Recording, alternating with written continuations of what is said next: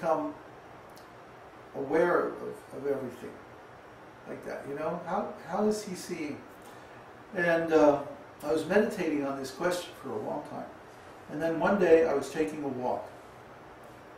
And I was walking along the beach. I was on Guam, an island in the Pacific. And it was a very hot day. And I was walking along. And all of a sudden I had this incredible vision where I was scooped up by this giant hand. And here I was, about the size of one of these ants, sitting on this hand. And the hand was going up like this. It was accelerating, you know. And I was being pushed into the hand by the force of acceleration. And it was dizzying. I got vertigo. I was like, wow, where are we going? Higher and higher and higher. You know? And finally the motion stopped. And everything was very quiet. And so I crawled over to the edge of the hand and I looked down. It's like, where are we anyway? And we were like hundreds of miles up in the sky, and we're looking down at the ocean. And the ocean just extended. There was no horizon. This ocean just extended like unlimitedly. There was no edge. There was no border to it. It just went on and on and on and on. And I was looking at this like, wow. You know? And then I looked down and I looked closer. And it's like I could see every drop in that ocean was a separate individual living entity.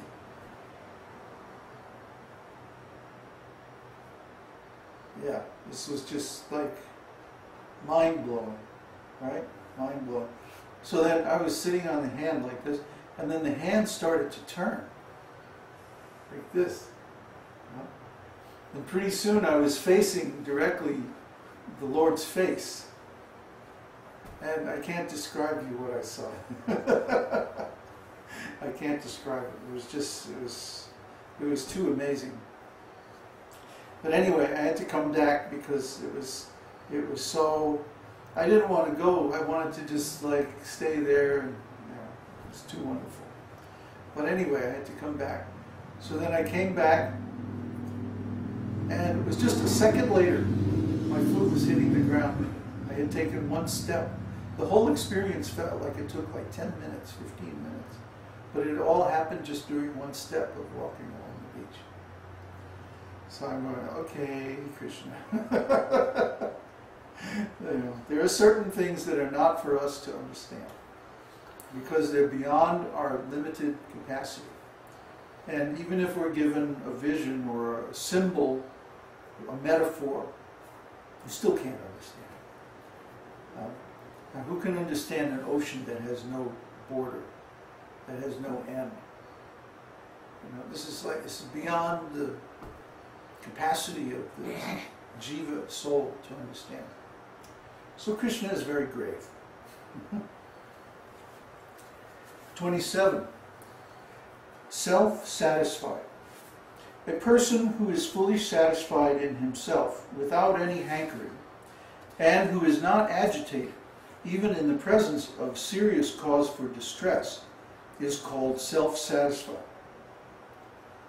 An example of Krishna's self-satisfaction was exhibited when he, Arjuna, and Bhima went to challenge Jarasandha, the formidable king of Magadha, and Krishna gave all credit to Bhima for the killing of Jarasandha. From this we can understand that Krishna never cares at all for fame, although no one can be more famous. An example of his not being disturbed was shown when Shishupal began to call him ill names. All the kings and brahmanas assembled at the sacrificial arena of Maharaj Yudhishthira became perturbed and immediately wanted to satisfy Krishna by offering nice prayers. But all these kings and brahmanas could not discover any disturbance in Krishna's person. See, we're not like that. As soon as someone begins to criticize us, or as soon as someone insults us, or calls us a bad name, you know, and we immediately become very agitated and we're, righteously defend ourselves and or fight back, and retaliate and all this. But Krishna is not like that. Krishna doesn't care for anybody's opinion. He's independent. He has his own source of energy, his own independent source of happiness. See, within himself. He's self-satisfied. Atma Rama. Atma means spirit or soul, and Rama means pleasure. See, so Atma Rama means he is satisfied with his own self, his own spiritual energy. And he doesn't require any outside help to feel happiness or to feel satisfaction. So, just like Krishna doesn't require to enjoy anything outside himself, also he's not disturbed by any displeasure from outside himself. It's simply irrelevant. Shishupal calling Krishna ill names, this is like an ant trying to curse a cow. It's just ridiculous. The ant has no power to curse a cow. So similarly, someone like Shishupal has absolutely no influence on a great personality like Krishna. Krishna is the greatest personality. Even great sages and demigods are like nothing to Krishna. He doesn't care for them.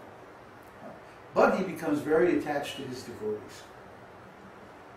So we'll see this again and again in the Shastra, that even great demigods like Brahma can offer Krishna prayers and like this. And Krishna is just sort of like, ho hum. I wonder what Radharani's cooking.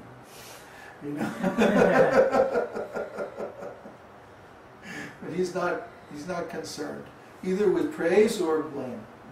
Neither one disturbs him, because he has his own independent source of pleasure. And so do we, actually.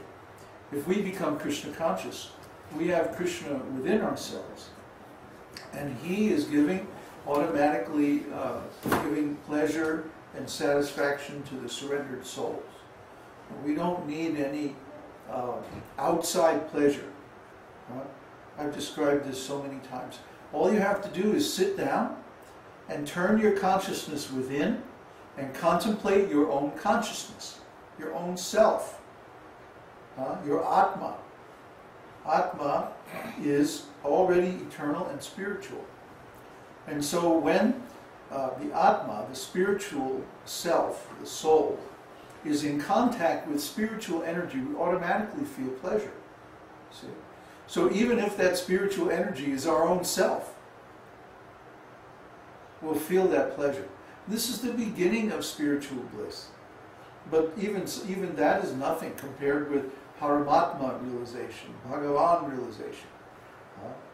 That Brahman realization is just the beginning. Yeah, it's just the start. But it's essential. Everyone should know this, that they don't require any outside source of enjoyment. All you have to do is sit down somewhere quiet and contemplate your own consciousness. And when consciousness is in touch with consciousness, that's spiritual energy. And so you feel bliss automatically. It's elementary, my dear disciples. Okay, so number 28, possessing equilibrium. A person who is unaffected by attachment and envy is said to possess equilibrium.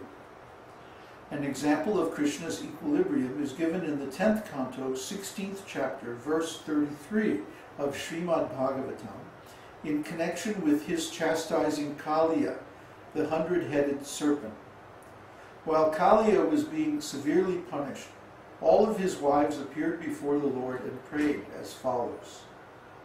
Dear Lord, you have descended to punish all kinds of demoniac living creatures. Our husband, this Kaliya, is a greatly sinful creature, and so your punishment for him is quite appropriate. We know that your punishment for your enemies and your dealings with your sons are both the same. We know that it is in thinking of the future welfare of this condemned creature that you have chastised him. See? So Krishna is never angry. Krishna is never vindictive. He's never jealous. He's never envious. Krishna is always equal to everyone. Yeah? And the touch of Krishna's lotus feet on the heads of Kaliya was just as good for him as the touch of Krishna's lotus feet on the heads of his sons. See? This is a custom in ancient Vedic society, that in the morning the children will come and they'll offer obeisances to the lotus feet of their parents and take their feet and actually put them on their heads. And then in return the parents will offer so many affectionate gestures to the children. And that way everybody knows that they're loved. Huh? It's really very nice. I mean, it's such a nice society.